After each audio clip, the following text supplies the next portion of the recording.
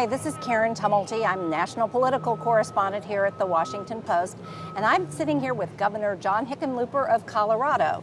And the first thing I think most people want to know is, how are things looking for the president in your state, which is going to be so crucial this fall? Well, you know, it's interesting. Colorado is a purple state in every way. We're 1/3 Republican, 1/3 Democrat, 1/3 independent.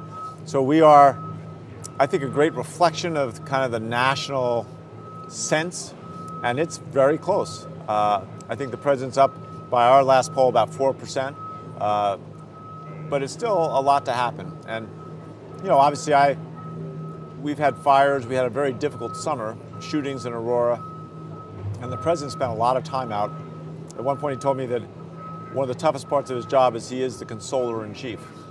And in that process, I got to see how the man works, and was, you know, I think a lot of Colorado got to see how he works, and I think that helped him in a funny way. His ability to connect with people in their most difficult challenge allowed him an opportunity for people to see the real inner strength, just the emotional depth that he has. Your speech Wednesday night was a big hit, I think, with especially the degree to which you used your personal story, being laid off and then building a business, to sort of rebut the Republican arguments about the president, and particularly his "you didn't build that" comment. How much damage do you think they did with that line of argument in last week's convention, and how much do you think, or do you think the Democrats have done much this week to repair that? Well, the notion that the president doesn't understand business or hasn't supported business is, I think on the surface ridiculous, right? You look at our exports. In 2009, they made the commitment to double exports in 5 years, and after 2 years, at the end of 2011, exports were up 37%. That's huge, right? Colorado, our agricultural exports in those 2 years were up 59%. International tourism up 30% in Colorado just in 2011. So he's obviously done things that no other president has done in terms of stimulating, opening new markets, promoting small businesses to export. These are great things for the country. He doesn't,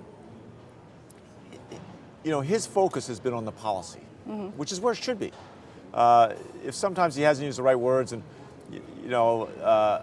I think we all know he didn't mean harm. He didn't mean that people didn't really build their business. He was just saying that, like me, right? I had a librarian who helped me write my business plan, right? She helped me find the book on, I didn't know what a pro forma was. I was a geologist, right? So she actually sat me down and said, here's a book on business plans, and you might look at this. And then I ended up using their Xerox machine, right? The office or the library Xerox machine.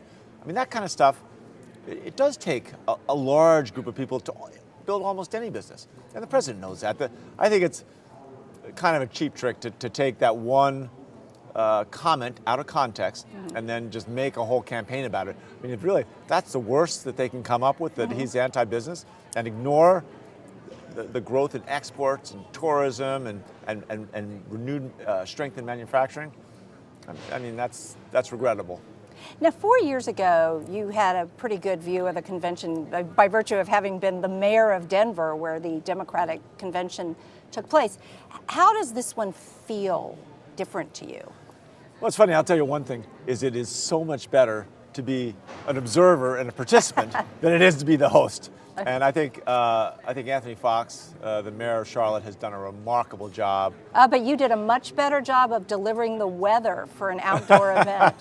Well, that is unfortunate. I know there are a lot of unhappy people that really wanted to see the president tonight outside and aren't going to be able to because of the weather. I wish I could take credit for that. I think the energy is different in a way that in a very real way, the energy in 2008 was, it was the first African-American candidate for president ever from a major political party, that he might actually win. There was this tremendous sense of destiny, but the energy was a little bit frenetic. Yeah. And it was kind of unfocused in a way, as focused as the candidate was. The energy was just everywhere, and there was still a little bit of the divisiveness. It was a hard primary. A lot of the supporters of Hillary Clinton believed in her so deeply. They still do. They love her. I mean, I think if she were to announce that she wanted to run 2016, I don't know if she'd clear the field, but boy, there would be a lot of support. Anyway, that hadn't been resolved. this convention, I mean, before he was running on hope, but at a certain point, hope has to become a plan, right? And I talked about this a little bit, that a plan, it's not as sexy, it's not as cool, right? It's hard work and it takes time, and you just have to really pull at it and work at it. Well, that's what he's done. We're in the plan now, so the energy is a little lower. Still, I mean, yes, last night, it's hard to imagine you could have more energy than we did last night, and I think tonight we will see even more energy, but it's not the same kind of chaotic, frenetic energy. It's much more focused. People know that there's a job to be done. Well, one last question. You're a pretty popular guy in a pretty crucial state. Are we going to be hearing anything from you nationally 4 years from now? Well, I always want to have an opinion.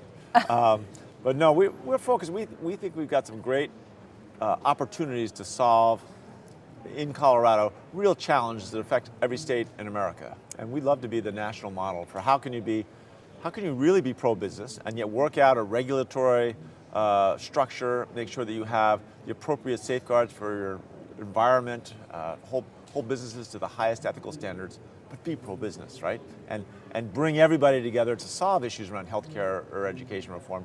If I'm going to do all that, I don't get to go wandering over to New Hampshire or Iowa or South Carolina. Maybe I'll do that in 2028. Or Okay. Well, thank you very much for being with us today. No, it's my pleasure. Governor Thank you. Hickenlooper. Thanks.